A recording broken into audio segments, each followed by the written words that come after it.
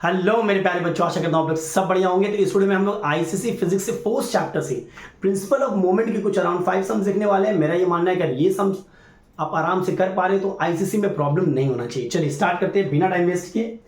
अ uniform metre scale, metre scale मतलब इसका length है 1 मीटर, मतलब 100 centimetres, is kept in equilibrium when suspended at the 60 centimetre mark and mass m is suspended from the 90 centimeter mark as shown in the given figure alongside. State with reason whether the weight of the scale is greater than, less than or equal to the weight of the mass m. देखो, अगर metre rule uniform है और 50 से balance नहीं हुआ है, मतलब 50 से इसका एक मीटर रूल का एक वेट मान लेते W एक्ट करेगा डाउनवर्ड, ये सुनो, और ये इसको क्या करेगा, एंटी क्लॉकवाइज घुमाएगा। क्योंकि ये बैलेंस्ड है, इसको कैसे बैलेंस किया गया, 90 सेंटीमीटर में एक मास को रखा गया, ये इसको क्लॉकवाइज करेगा, घुमाएगा। Anti clockwise moment clockwise moment दोनों सेम होगा तभी तो बैलेंस होगा। मानते हो कि नहीं? मान लो m के कारण वेट है W1, मान लेते हैं। अब देखो, moment due to the weight of the metre rule,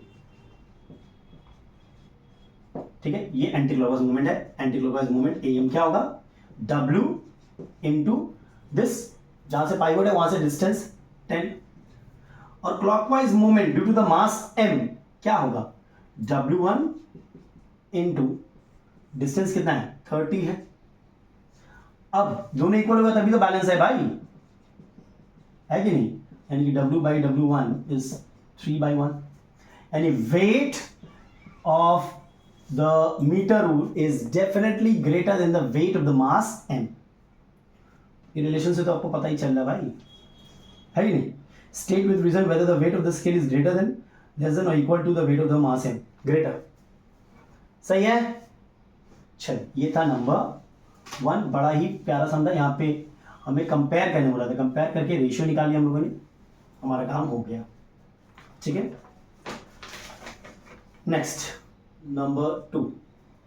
अच्छा, फिगर बना लेते हैं। ये एक पाइवट पॉइंट है O, यहां से एक 40 kgf टांग दिया है, यहां पे एक स्प्रिंग बैलेंस है, ठीक है, B पे, ये है 100 centimetres. Figure below shows a uniform metre rule AB pivoted at its end A at the zero mark, ठीक है, and supported at the other end B by a spring balance, ठीक है, when a weight of 40 kgf is suspended at the 40 centimeter mark, ठीक है। This ruler stays horizontal, ये horizontal है, ठीक है। Find the reading of the spring balance when the ruler is of negligible mass. Case 1, जब ruler का आप मास नहीं ले लो, रूलर क्या है, नेग्लिजिबल मास, ठीक है, मतलब उसका वेट अगर नेग्लिजिबल नहीं रहता तो 50 से उसका वेट डाउन करता है अपवर्ड, 50 पे weight of the metre rule नीचे एक्ट करता, बट नेग्लिजिबल मास बोल दिया है तो उसको हम लोग इग्नोर कर देंगे। अब तो जो भी होगा, देखो ये क्या करेगा, जो भी मोमेंट यहाँ पे प्रोड्यूस होगा वो इस 40 kg जो आपका ऑब्जेक्ट है उसके कारण होगा। तो moment due to 40 kg force क्या होगा भाई, 40 इंटू दिस 40, यानी 1600 kgf सेंटीमीटर, ये है ना, ठीक है। नंबर 2 क्या बोला है,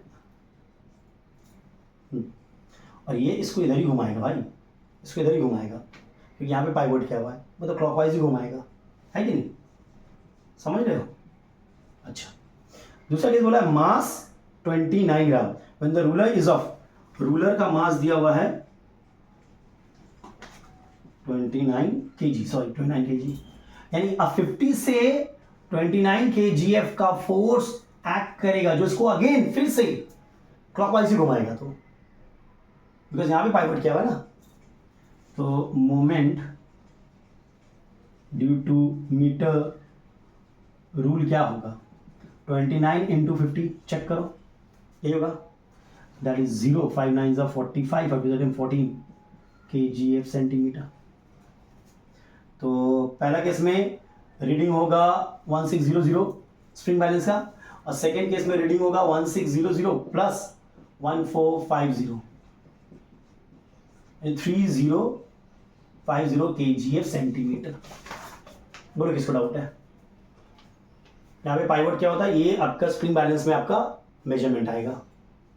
पहला केस में नेग्लिजिबल मास लिया हम लोगों ने, तो वहां पे weight of the metre rule हम लोग नहीं पकड़ेंगे, वहां पे 40 kgf के कारण ही एक मूवमेंट यहाँ पे जनरेट होगा जो कि क्लॉकवाइज होगा, ठीक है। और जब वेट हम लोग कंसिडर करेंगे तो दोनों ही क्लॉकवाइज रहता है, दोनों मेरा ऐड हो जाएगा।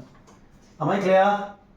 चलो ये हो गया नंबर 2। नंबर 3 देख लेते हैं। नंबर 3 क्या दिया हुआ है, a uniform metre rule, diagram नहीं दिया हुआ है, हो ही सकता है, is pivoted at 65 centimetre mark. The ruler is kept balanced when a load of 36 gram force is hung at 90 centimetre mark. ये बैलेंस कब होता है, जब 90 सेंटीमीटर में आपने एक 36 ग्राम फोर्स के वेट को रखा है।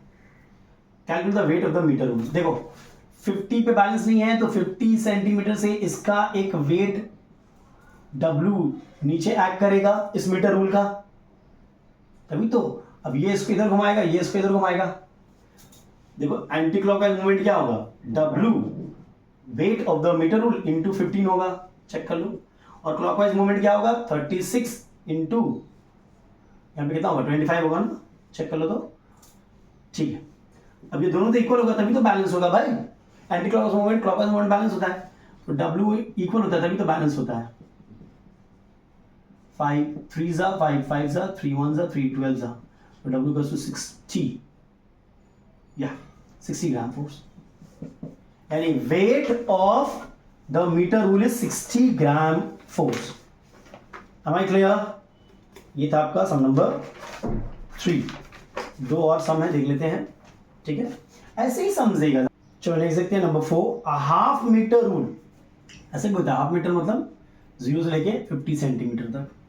अ half metre rule is suspended by a thread from a midpoint of the ruler. Midpoint मतलब 25 सेंटीमीटर से इसको सस्पेंड किया गया। It is balanced when 50 gram and an unknown weight was suspended. यहाँ पे एक अननोन वेट सस्पेंड किया। Calculate W। अच्छा मार्किंग में दिया हुआ ये 10 सेंटीमीटर, ये 45 सेंटीमीटर, वेरी इजी। तो इसके कारण एंटी क्लॉकवाइज मूवमेंट क्या होगा, 50 ग्राम फोर्स इंटू 15। इसके कारण क्लॉकवाइज मूवमेंट क्या होगा, W इंटू 20, चेक कर लो, 0 0, तो W क्या होगा 75/2, 37.5 ग्राम फोर्स। W का क्या वैल्यू होगा 37.5 ग्राम फोर्स। चलिए नेक्स्ट देखते हैं। नेक्स्ट देखो नंबर 5 क्या बोल रहा है, कैलकुलेट द, अच्छा पहले डायग्राम बना लेते हैं। ये है यहाँ पे पाइवोट किया गया O पे, यहाँ से एक 250 ग्राम फोर्स का फोर्स है, यहाँ पे एक 150 ग्राम फोर्स का वेट है, ये है 40 सेंटीमीटर, ये है 20 सेंटीमीटर, ठीक है। Calculate the total anti clockwise movement about O। Anti clockwise movement तो इसके कारण होगा ना, एंटी क्लॉकवाइज मूवमेंट क्या होगा 150 इंटू 40, यानी कि 0 0 4 5 20 for the whole gram 4 centimetre, ठीक है। Number 1 done. Number 2, the total clockwise movement इसके कारण होगा। क्लॉकवाइज मूवमेंट क्या होगा 250 into 20, that is 500 gram 4 centimetre, ठीक है। अच्छा द रिजल्टेंट मूवमेंट क्या होगा, रिजल्टेंट एंटी क्लॉकवाइज मूवमेंट होगा, बिकॉज ये ज़्यादा है ये कम है, दोनों को माइनस करेंगे, 5500 gram 4 centimetre anti clockwise movement. The distance from O where 100 gram force weight must be placed to balance the metre rule. अब क्योंकि ये बैलेंस नहीं तो हम लोग 100 ग्राम फोर्स है, आप जाहिर सी बात है इधर लगाओगे तो किस डिस्टेंस पे लगाओगे, जाहिर सी बात है 100 ग्राम फोर्स को आप उधर पुट करोगे, इधर तो पुट नहीं करोगे, आपको इसको बैलेंस करना है। तो clockwise movement due to that 100 into X होगा ना, 100 ग्राम फोर्स सेंटीमीटर, सही है। हाँ, अब 6000 will be equal to 500 plus 100x। Clockwise movement और एंटी क्लॉकवाइज मूवमेंट इक्वल होता है, यानी कि 5500 इक्वल्स टू 100x, यानी x इज 55 सेंटीमीटर। मतलब O से 55 सेंटीमीटर की दूरी पे आप एक 100 ग्राम फोर्स को डाल सकते हो। क्लियर है? तभी वो बैलेंस होगा।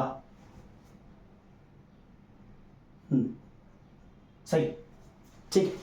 देखिए 5 सम है, मैंने पहले भी सम्स करा है, ये 5 मुझे इस बार लगा बड़ा इंपॉर्टेंट है, आप इसको देख सकते हो। डिस्क्रिप्शन बॉक्स में मैं फिर से लिंक दे दूंगा साइंस फिजिक्स का और न्यूमेरिकल्स का। Everybody take care and stay best.